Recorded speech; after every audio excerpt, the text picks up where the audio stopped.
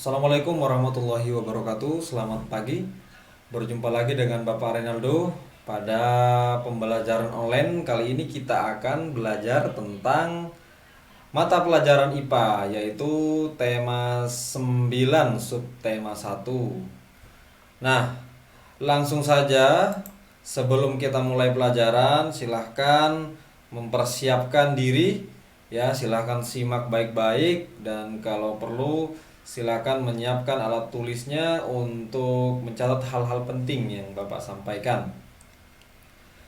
Langsung saja kita mulai ya.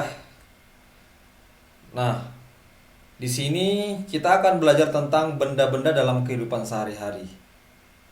Di sekitar kita itu banyak terdapat benda ya, atau benda ya. Nah, ada benda cair, benda padat, dan juga benda gas. Kita sudah belajar kemarin tentang macam-macam benda. Nah, benda-benda itu menempati ruang dan memiliki massa. Artinya, benda-benda itu bisa diukur volumenya dan bisa ditimbang masanya. Jadi, segala sesuatu yang memiliki massa itu disebut materi. Jadi benda itu harus syaratnya apa? Harus memiliki volume dan juga bisa diukur atau bisa ditimbang dia punya masanya ataupun beratnya ya. Nah, air hangat menempati ruang dan memiliki massa. Betul ke tidak? Ya, betul ya, karena air bisa kita ukur, ya, bisa kita lihat, bisa kita raba, ya, dan bisa kita dan menempati ruang.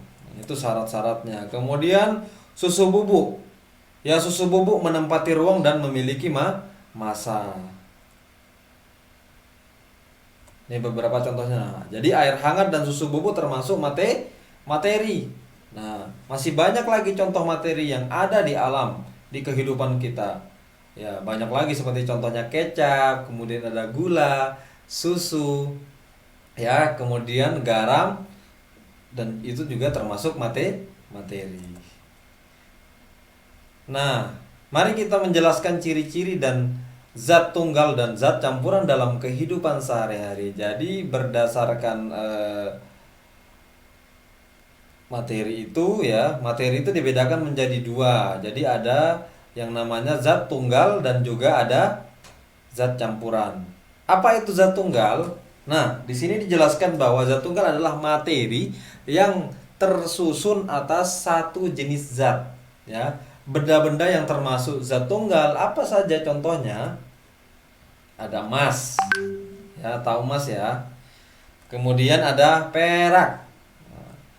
Ada gula. Ada garam dapur dan banyak lagi contoh-contoh yang lain.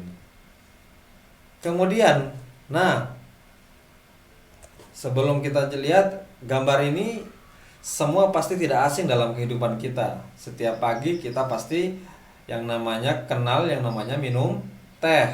Nah, ternyata materi kita pada kali ini membahas tentang apa itu teh. Jadi, teh ini termasuk contoh daripada zat campuran. Nah, zat campuran adalah materi yang berupa kumpulan dari dua zat atau lebih.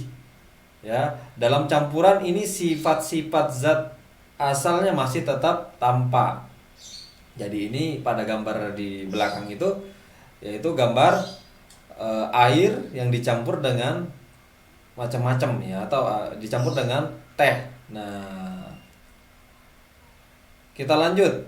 Pencampuran zat. Benda-benda yang telah dicampurkan ada yang tercampur sempurna dan ada pula yang tidak tercampur sempurna.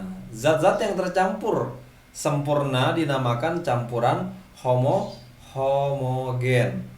Ya, sedangkan zat-zat yang tidak tercampur sempurna dinamakan campuran heterogen. Ya. Perhatikan contoh berikut. Air yang sudah tercampur oleh kecap mengalami perubahan warna dan rasa. Nah, semua air bening ya, semula air bening kemudian berubah lebih gelap dan rasanya menjadi manis. Nah, terlihat dalam gambar air dan kecap ya, ya Jadi kemudian terlihat lebih gelap dan rasanya menjadi manis. Dalam gambar, air dan kecap termasuk tercampur sempurna. Campuran ini dinamakan campuran homogen, ya kan? Artinya kita tidak bisa membedakan mana air, mana kecapnya karena sudah tercampur secara sempurna. Itu dinamakan dengan campuran homogen. Kemudian contoh berikut, air dengan tanah merah.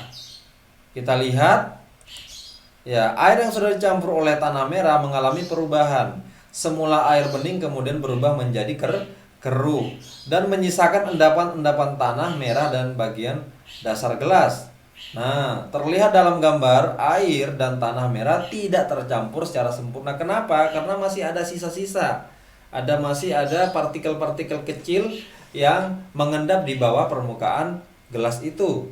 Nah, ini salah satu contoh bahwa campuran ini dinamakan dengan campuran heterogen, yaitu campuran yang tidak sempurna. Artinya tidak tercampur dengan sempurna karena masih bisa kita bedakan mana air, mana tanah merah. Ya. Baik. Mungkin cukup sekian yang dapat Bapak sampaikan pada pertemuan kali ini. Ya, mudah-mudahan anak-anakku sekalian bisa memahami apa yang sudah Bapak jelaskan, yaitu tentang materi dalam kehidupan kita sehari-hari. Ya, terima kasih. Cukup sekian. Assalamualaikum warahmatullahi wabarakatuh.